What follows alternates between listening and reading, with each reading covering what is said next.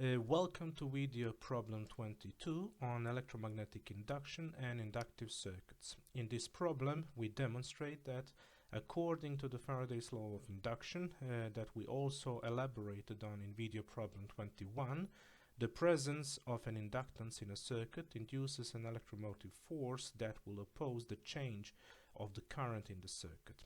This is demonstrated presently through cases of closing and opening switches in inductive circuits, and this will also illustrate some of the phenomena known to many of you from your daily lives.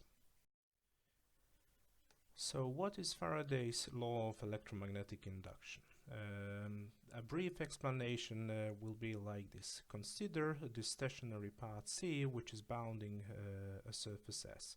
And imagine that we have this background magnetic flux density which is passing through the surface bounded by the path. Obviously this will give rise to a magnetic flux through the surface, or more generally to this flux linkage that we can determine by the expression here. Now the point is that if this flux linkage changes with time, there will be an induced electromotive force along the path C of our circuit, and this is known as Faraday's law of electromagnetic induction. We know that the electromotive force is the circulation integral of the electric field intensity along this path C. So what Faraday's law of induction is essentially saying is that a changing magnetic flux will induce an electric field. This is the essence of Faraday's law of electromagnetic induction. The negative sign that you see over here is actually helping us determine the direction of positive induced electromotive force in the circuit.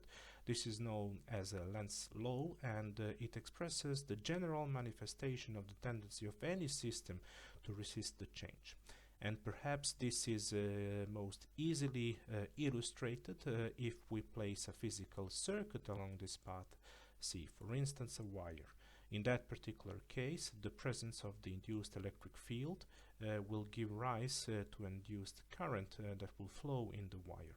And the direction in which this current is flowing is governed by this negative sign, or Lenz's law. Assume, in order to illustrate this for the time being, that this background flux, which is in this particular direction, increases as a function of time. In that particular case, the derivative of our magnetic flux linkage is positive, meaning that the induced electromotive force is negative. That will, in this case, mean that the electric field will predominantly be in the direction opposite to our DL element, implying an induced current in this particular direction. What I have sketched here is the magnetic flux density due to this induced current, and you can see that it is in the direction such as to oppose the change of the original flux. The flux here increases as a function of time. This is the original flux. The circuit responds by sending a current in such a direction that will tend to oppose this increase or change in the original flux. This is the essence of Faraday's law of electromagnetic induction, and also Lenz's law, which, as I said, help us determine the direction of this induced current. If, for instance, the background B field decreases as a function of time, the system, the wire, will respond by sending a current in this particular direction in order to oppose the change, in that case the decrease of the original flux. And this is illustrated on the figure over here. Now in this case the background B field was created by some source, and what I want to do next is to consider the case where it is actually the generator in the circuit that will be the source of that particular field.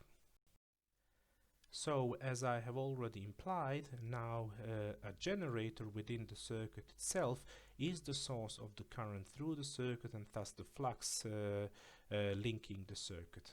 So the objective here is to use the generator to establish a current I in the circuit, and we will see that an induced electromotive force in the circuit will oppose the establishment of this particular current. Here we have repeated the main equations from before. So we want to increase the current from 0 to some final value. So the current increases as a function of time. That means that the B field increases as a function of time. That also means that the flux linkage increases as a function of time. And according to Faraday's law of induction, our induced electromotive force will be negative, meaning that there will be an induced current in that particular direction. This induced current, this induced electromotive force, will then oppose the establishment of the current in the circuit. In particular, if the circuit possesses an inductance L, we know that the flux linkage is the product of the current and the inductance, and if you plug this expression in Faraday's induction law over here, you get this particular result. So we can see if there is an inductance in the circuit, and any real circuit will have an inductance, there will be an induced electromotive force that will oppose the change, which is this derivative of current, and in this particular case it means that it will oppose the establishment of the current. This is another view of Faraday's law of electromagnetic induction, and we are now going to illustrate this one through considerations of inductive circuits. So this is the first example that we consider, and that's the one of closing a switch and in an inductive circuit. We can see our circuit here. It consists of a battery that will try to establish a current flowing in the circuit as we close this switch. The circuit also has a resistance and inductance. The battery voltage added to the induced electromotive force due to the presence of this inductance over here, this will be equal to the voltage fall across the resistance, as you can see in this equation. If you replace the expression for the induced electromotive force found on the previous slide, we get this simple differential equation that we can solve in order to determine behavior of the current in this circuit. And this differential equation will be solved with this initial condition, which says that the current at time equal to 0, which is where the switch is closed, is equal to 0. It's a very simple equation to solve, and the resulting solution in mathematical terms is shown in this expression here. I0 is given by the expression here, which is essentially the battery voltage divided with the resistance. In order to understand the behavior of the current, it is best to plot this current as a function of time, and this is what we can see here. Now the switch has been closed at time equal to 0, and what we see here, that as we try to establish or increase this current, well, there will be an induced electromotive force that will try to frustrate our efforts. The induction here opposes the sudden increase of current in this circuit, and instead prescribes this smooth and continuous build-up of the current. As you can see, it takes some time in order to reach this final steady state value of the current in the circuit. What you also can see here from this expression directly, that if the inductance is equal to 0, so if you don't have any inductance, but again remember that any real circuit will have an inductance, but let's just play with the thought that the inductance is equal to 0, that term here will be equal to 0. In that case, the current will instantaneously jump to this final value as you close the switch. So what we can see from this example, yes, we want to establish a current, which means increase the current from 0 to some final value. And this cannot happen abruptly in physical circuits which contain inductance. There will be an induced electromotive force. Electromagnetic induction will oppose the sudden increase or change in current. And the larger this inductance, the harder will it be to change or establish the current flowing in this circuit.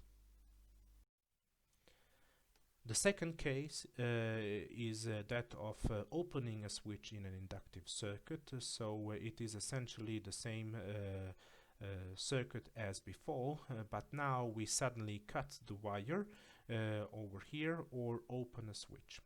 So imagine you had some final steady state current flowing through the circuit, and then you suddenly cut the wire and you ask yourself what is going on here. So a current first flows in the circuit. When we suddenly cut the wire, the current will drop right away to zero. But of course, as it does so, the change in the current is huge. That means that this time derivative is essentially infinite, and this will generate an enormous electromotive force or voltage across this gap over here, and this electromagnetic induction will just try to keep the current going on, even if it has to jump over this gap.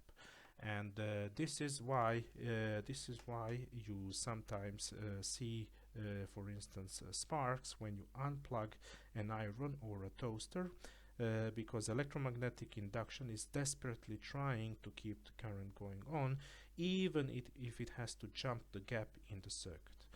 And I would just like to remind you that you want to be careful when you open switches and in inductive circuits, because you can easily be killed when opening switches in highly inductive circuits. In this particular example, we have seen that the electromagnetic induction opposes the sudden decrease again, which is a change in current. So this essentially brings me to the end of this tutorial, and as usual there are a few tasks for you, and the one which I have is the following. So instead of opening the switch as on the previous slide, let's remove the battery from the circuit while closing at the same time this switch B across the resistance inductor combination as shown on the figure to the right. What will be the resulting differential equation governing the decay of the current in that particular case? Moreover, assuming this initial condition that the current at time t equal to t1 is equal to this value over here, where t1 is the time at which switch B was closed, find the solution of the established differential equation and sketch the decay of the current as a function of time. Moreover, discuss the results. Thank you very much for your attention.